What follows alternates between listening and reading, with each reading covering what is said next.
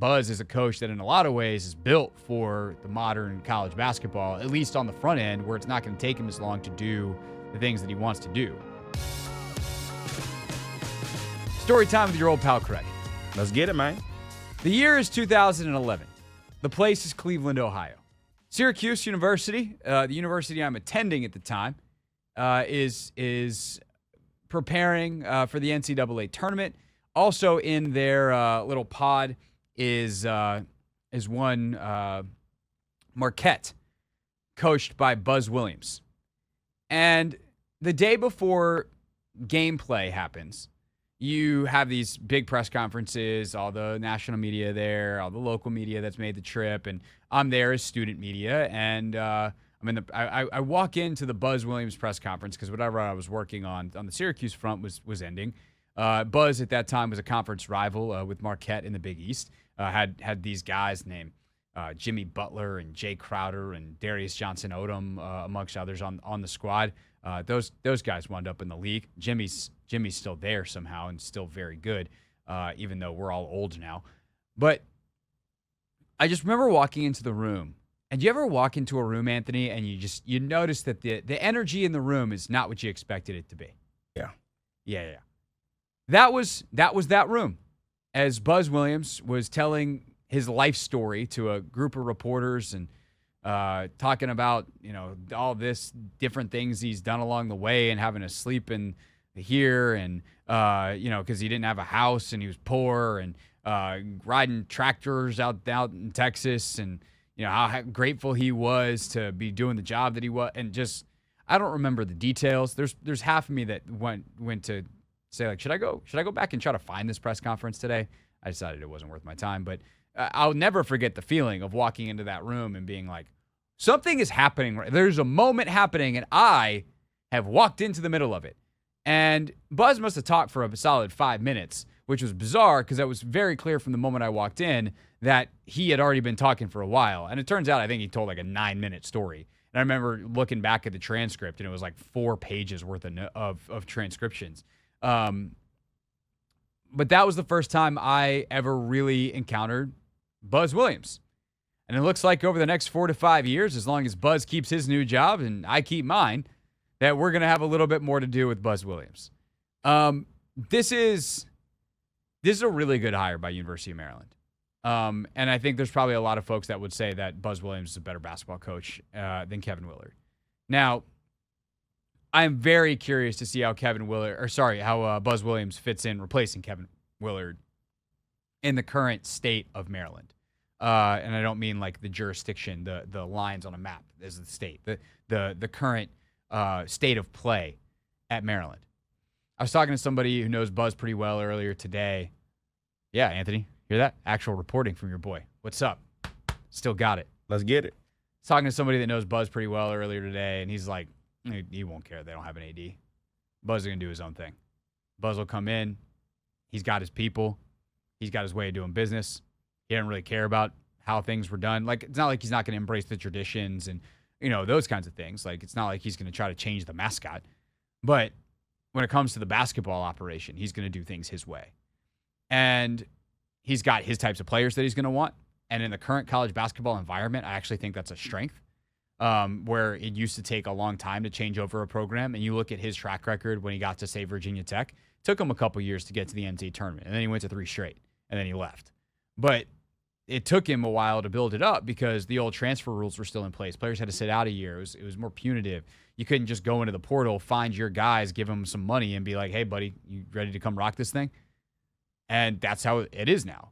And so I think Buzz is a coach that in a lot of ways is built for the modern college basketball, at least on the front end, where it's not going to take him as long to do the things that he wants to do. Then you add in the fact that his players absolutely love this guy. And we're talking back to guys like Jimmy Butler back in the day, loved Buzz. And like they will support him at the new job. Like so many of the Marquette guys like Butler, got like Jay Crowder, guys that went to the league. They would show up in Blacksburg sometimes and be like, oh, we're here to support Buzz. Because that's what they think. And by the way, Manny Obaseki, Texas A&M guard, He had this to say after they got eliminated from the NCAA tournament, and turns out what was Buzz Williams' last game at Texas A&M. That man right there next to Wade, one of the greatest people you will ever meet. He's one of the greatest coaches of all time in basketball in general.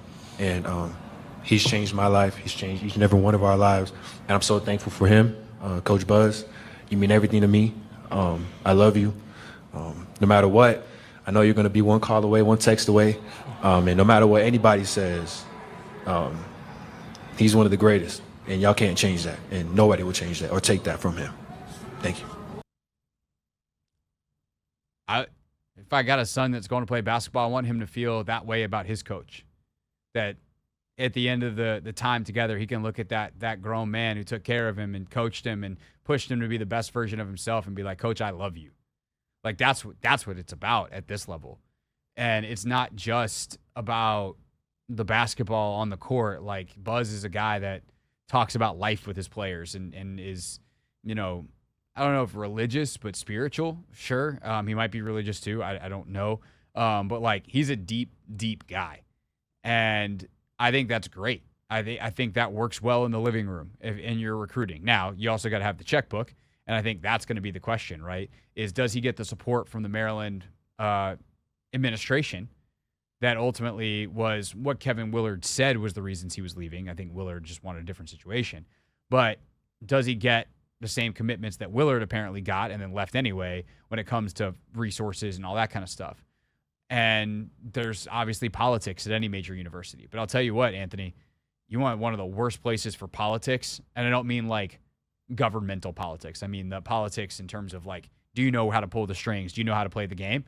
Dog, Texas A&M, with some of the rich people they got down there, some of that Texas oil money and some of the influence that some of the folks down in Texas have over that university, oh my God. It's not as bad as University of Texas, but I'm not going to say Maryland's small potatoes compared to that. And certainly as a basketball program, I think Maryland's got a better reputation than Texas A&M.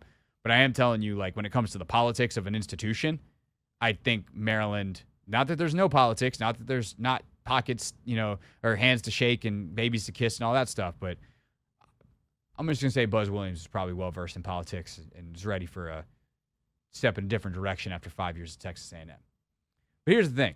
After 5 years at Maryland, Buzz Williams will be on to the next thing too, because that's how he rolls. 5 years, that seems to be a shelf life. It's what he was at Virginia Tech. It's what he was at A&M. It's what he was at Marquette. 5, 6, maybe 7 years.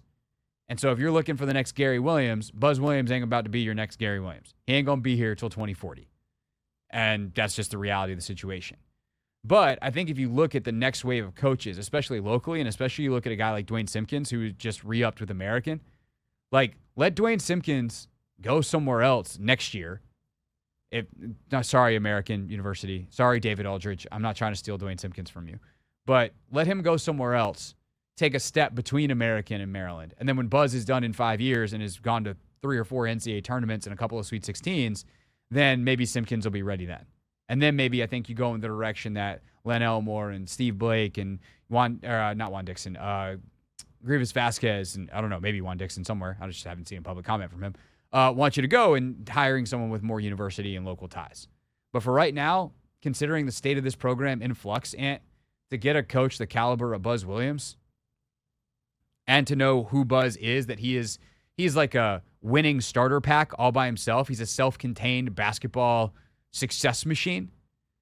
I think it's a pretty damn good hire by University of Maryland. And it was one, you know, Jeff Erman told us yesterday, he thought Buzz was fading. He thought that was a real outside shot.